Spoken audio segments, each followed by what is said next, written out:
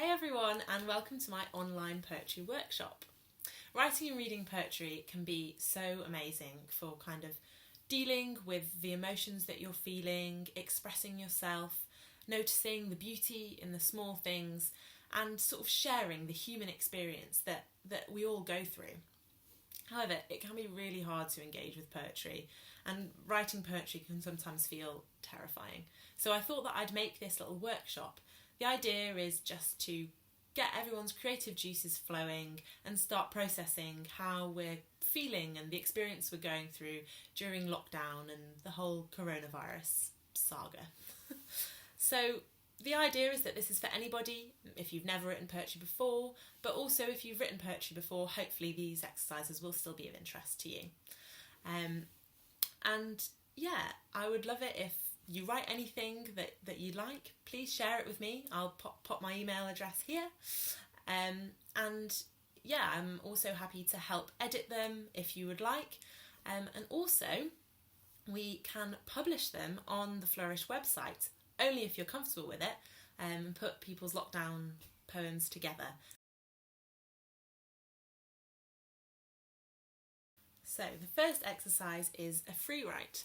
For those of you that don't know what a free write is, it's just when you write for a fixed length of time without lifting your pen from the paper for the whole time.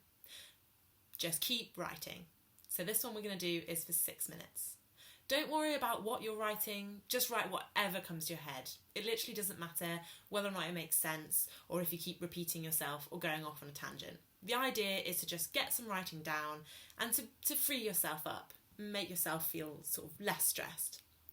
So for this free write, I just want you to start with the words lockdown is. So just write lockdown is and then write for 6 minutes. If you get stuck, just write lockdown is again and then keep writing. Or write lockdown isn't and keep writing from there.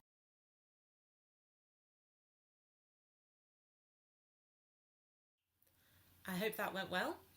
So some poets never go back and read their free writes, so you don't have to if you don't want to.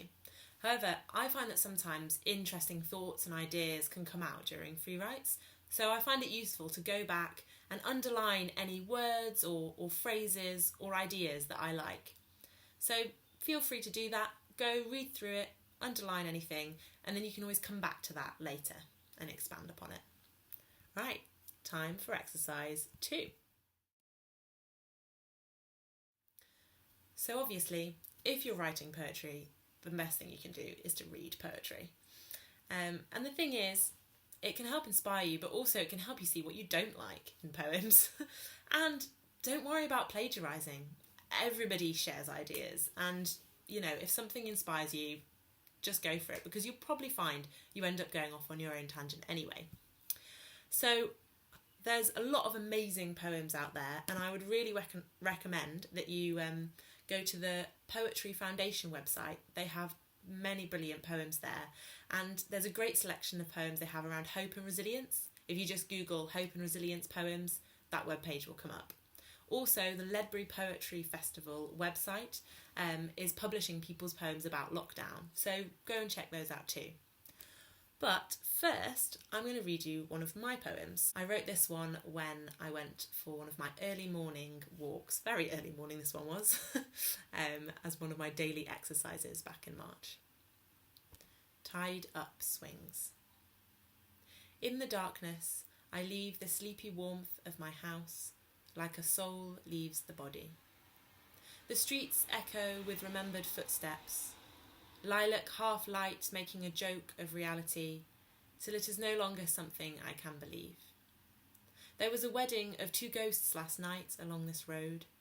All that's left is the cherry tree confetti coating the ground like snow, and the emptiness of the aftermath of joy. In the park, chains of tied-up swings tighten round my heart.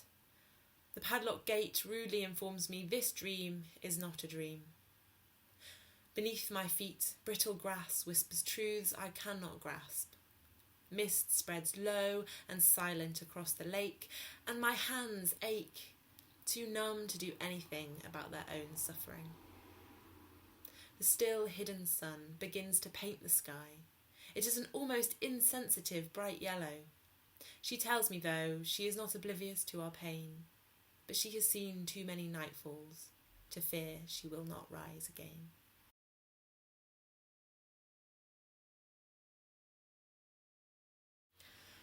Exercise 3 is all about imagery. Imagery is really important because it brings poems alive and it helps the reader really see what the writer is seeing and feel what they're feeling.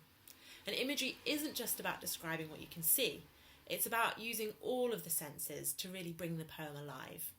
So for this exercise, give yourself 8 minutes to really think about each different sense and the things that you've seen during lockdown, the things you've heard during lockdown, the things you've smelt, tasted and touched.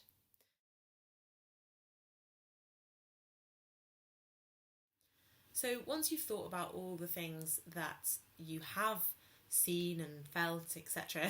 during lockdown, now let's make a list of the things that you miss. So the things that you miss seeing, you miss hearing. For example, it might be something like the joyful shouts of children in the playground or the feel of hugging your friend tight. So I'm going to just do exactly the same thing again, and you can pause the screen when it comes and think about the different senses and the different things that you've missed during lockdown.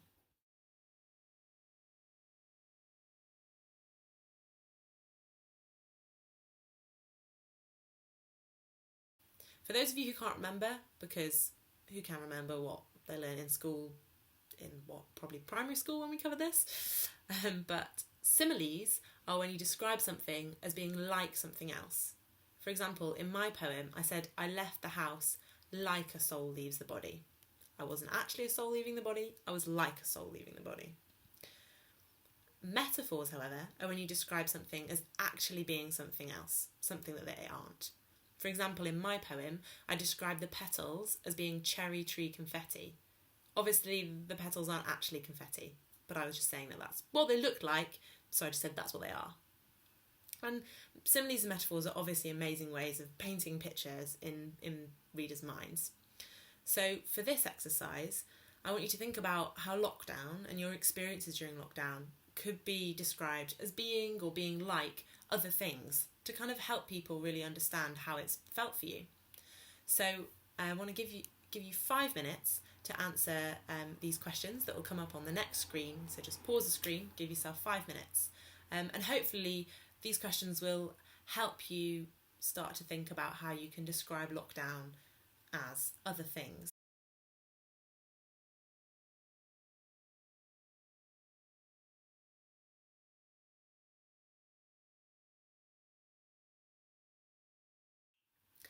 Okay, exercise 5, writing your poem.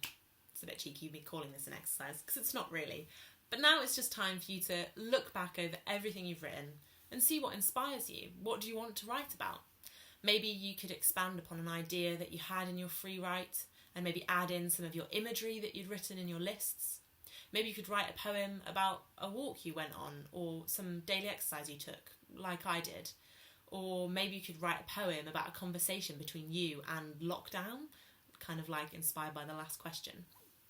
Anything. Just look back over what you've done and thought, what could I explore a little bit longer? And I want you to spend 20 minutes on this, although obviously you can keep going if there's more you want to do.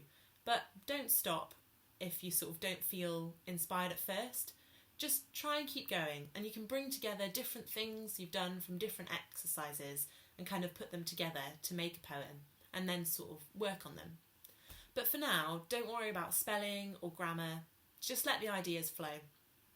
And also don't worry about rhyming. Sometimes rhymes are great, but sometimes they're really cheesy, and a lot of my favourite poems don't rhyme at all. So definitely don't stress about that. Also, remember that the best poems show the reader something rather than telling them. For example, if I just told you lockdown makes me sad, that's not quite as good as if I showed you that. For example, if I looked back at some of the imagery, that I wrote down about lockdown and maybe thought about, I've been doing some gardening, I could say maybe in lockdown I'm like plants being repotted and I don't know when my roots will be in soil again. So that's sort of bringing up that idea of not knowing what's going on and sadness and not feeling like you're in the right place. But without ever saying that, it just helps you to kind of understand that in a more sort of subtle way. And then, if you keep doing that, before you know it, you'll have written a poem.